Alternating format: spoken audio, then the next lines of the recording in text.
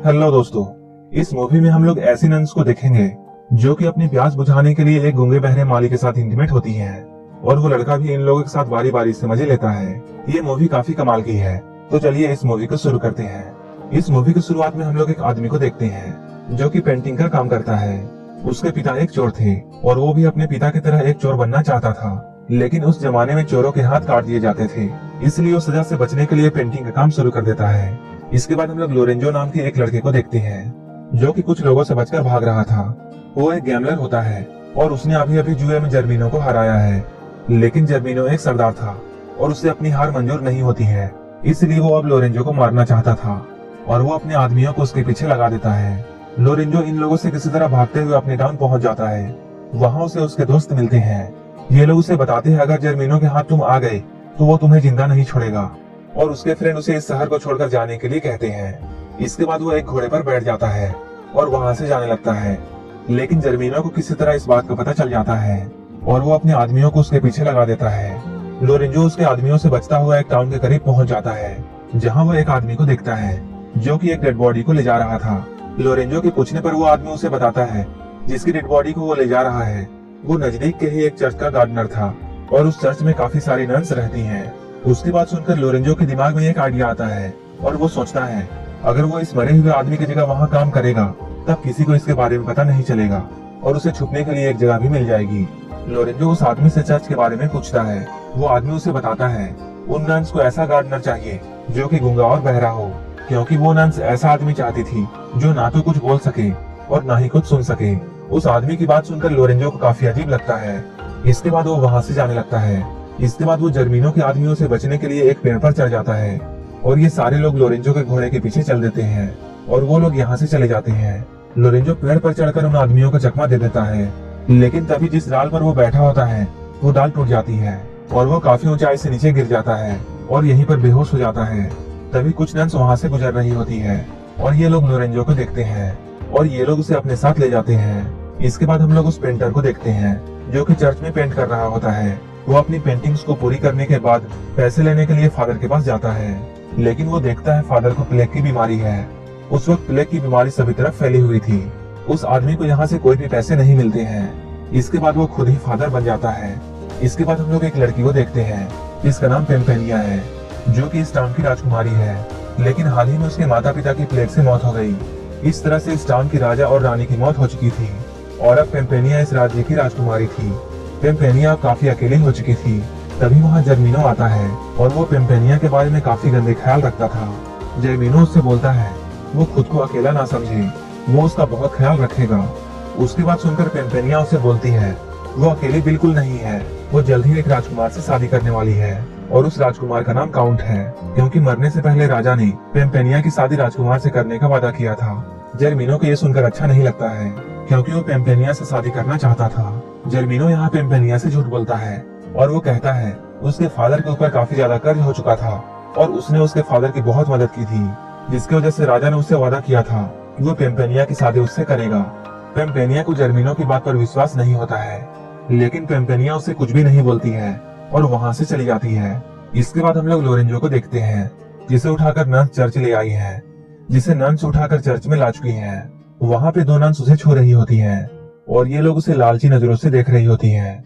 ये लोग लोरेंजो को छूने लगती हैं और जगह जगह पे किस करने लगती हैं। लोरेंजो भी अब होश में आ चुका था, लेकिन वो फिर भी चुपचाप लेटा हुआ था और वो चुपचाप मजे ले रहा था। ये दोनों लोरेंजो के साथ मस्ती कर ही रही होती हैं। तभी इनकी मदर वहाँ आ जाती है। वो इन लोगों से लोरेंजो के बारे में पूछती है। वो मदर को ये बताती है उन्हें ऐसा लगता है जैसे ये लड़का गूंगा और बहरा है। ये दोनों नन्स अब लोरेंजो को लाइक करने लगी थी, इसलिए वो उसे चर्च में ही रखना चाहती थी और इसी वजह से इन दोनों ने बिना जाने ये कह दिया कि लोरेंजो गूंगा और बहरा है। उनकी मदर जब ये बात सुनती है तब वो भी बहुत खुश होती है और वो कहती है ये तो बहुत अच्छा हुआ, एक गया तो दूसरा आ गया, अब सबकी फिजिकल नीड पूरी हो जाएगी। लोरेंजो भी इन लोगों की बातों को सुनता है और वो समझ जाता है ये सारी की सारी प्यासी नन्स हैं और उसे यहाँ रहने में काफी मजा आने वाला है। यहाँ जो पुराना वाला गार्डनर था, इन लोगों ने उसे भी अपनी फिजिकल नीड पूरा करने के लिए यहाँ रखा हुआ था, लेकिन इन लोगों ने उसे ज्यादा ही पेल दिया था, जिसकी वजह से वो बेचारा बेमौत मारा गया। इसके बाद ये दोनों नन्स लोरेंजो के कपड़े उतारती हैं और उसे नहलाती हैं और ये लोग साथ ही साथ अपने कपड़े भी उतारती हैं और इसके बाद ये लोग इंटीमेट होते हैं। लोरेंजो धीरे धीरे गार्डन में काम करने लगता है, लेकिन साथ ही साथ उसे इन लोगों के साथ एक एक करके पेलन क्रिया करनी होती थी, जिससे नन्स के साथ लोरेंजो भी काफी एंजॉय करता था। वहीं दूसरी ओर पेम्पेनिया अपने फ्रेंड्स के साथ होती है और वो जर्मिनो से छुटकारा पाना चाहती थी।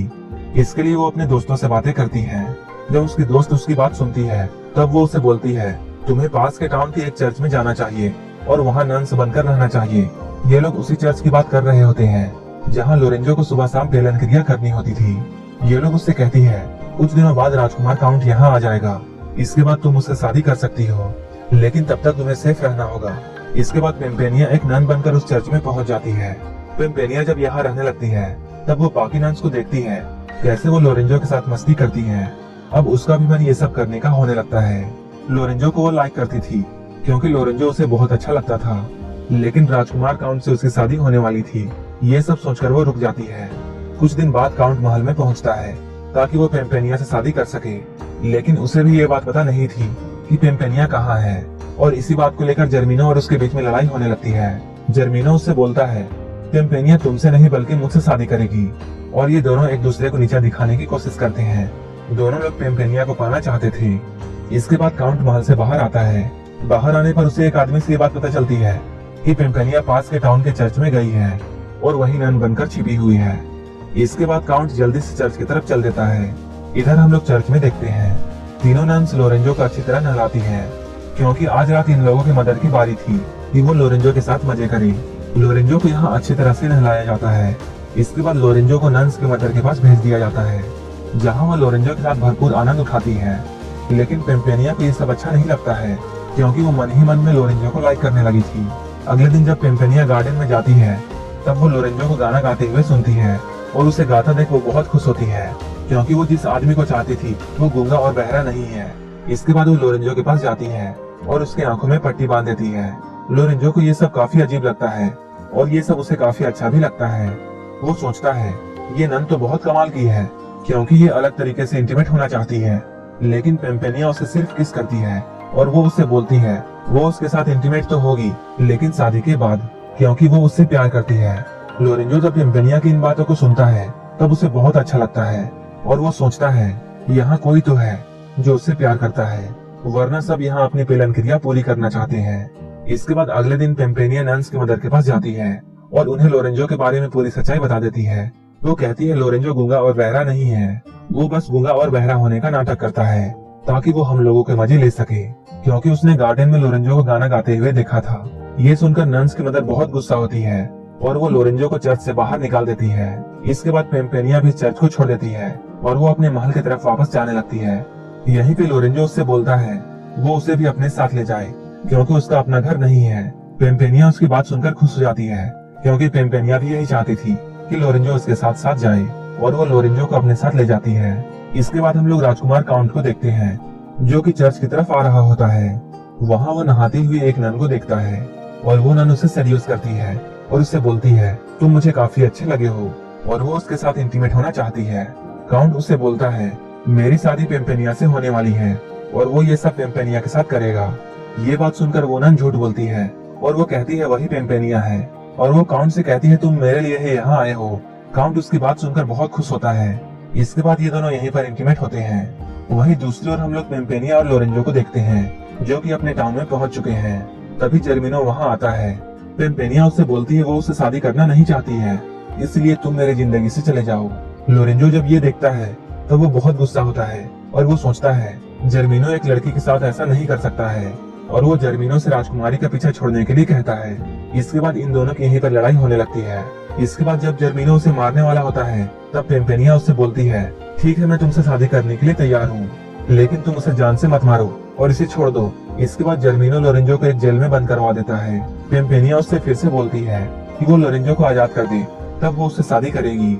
ये सुनकर जर्मिनो को शुरू में गुस्सा आता है, लेकिन वो पेम्पेनिया से शादी करना चाहता था, इसलिए वो लोरेंजो को छोड़ देता है। इसके बाद लोरेंजो उस टाउन से जाने लगता है, लेकिन जाते हुए अचानक उसे ये ख्याल आता है इस तरह वो उस लड़की को नहीं छोड़ सकता है जिसने उसकी जान बचाई है। इसके बाद वो उसी टाउन की तरफ फिर से वापस जाने लगता है। वहीं हम लोग काउंट को देखते हैं, वो भी अभी शहर में आ चुका है और वो चर्च पहुंच जाता है, जहां जर्मिनो चर्च में पेम्पेनिया से शादी करने वाला होता है।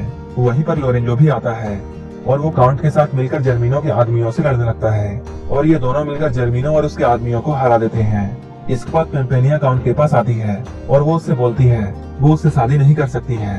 ये सुनकर काउंट को कुछ भी समझ में नहीं आता है और वो सोचता है कुछ ही देर पहले पेम्पेनिया ने उसे शादी का वादा किया था, लेकिन अब वो ऐसा क्यों बोल रही है। इसके बाद पेम्पेनिया अपना चेहरा दिखाती है। काउंट उससे बोलता है तुम पेम्पेनिया नहीं हो, मैं जिस पेम्पेनिया से मिला हूँ वो तो दूसरी है जो कि उसे रास्ते में मिली थी। उसी वक्त वो लड़की भी वहाँ आ जाती है जिसे काउंट पेम्पेनिया समझता था और उसे देखकर काउंट बहुत खुश होता है। काउंट बोलता है यही पेम्पेनिया है और वो इसी से शादी करेगा। इधर लोरेंजो यहाँ से जा रहा होता है, तभी पेम्पेनिया उसके पास आती है और उसे जाने से रोकती है और वो अपने प्यार का इजहार उससे करती है, लेकिन लोरेंजो उससे बोलता है मैं तुमसे प्यार नहीं करता हूँ बल्कि एक नन से करता हूँ जो कि पास के चर्च में रहती है और वो मुझसे शादी करना चाहती है और मैं उसी से शादी करने वाला हूँ। और उस लड़की ने उसे किस भी किया था। ये सुनकर पेम्पेनिया बहुत खुश होती है और वो समझ जाती है वो उसी की बात कर रहा है, लेकिन उसे उस वक्त मालूम नहीं था कि वो लड़की पेम्पेनिया ही थी। इसके बाद पेम्पेनिया लोरेंजो के पास आती है और उसे किस करने लगती है। इसके बाद लोरेंजो समझ जाता है वो जिस नन की बात कर रहा है वो पेम्पेनिया ही थी। इसके बाद ये लोग एक दूसरे के साथ बहुत खुश होते हैं और यहीं पर इस मूवी की हैप्पी एंडिंग हो जाती है। अगर आपको ये मूवी अच्छी लगी हो तो एक लाइक जरूर कर देना और ऐसे ही मूवीज के लिए मेरे चैनल को जरूर सब्सक्राइब कर लेना। तो मिलते हैं हमारे नेक्स्ट वीडियो में।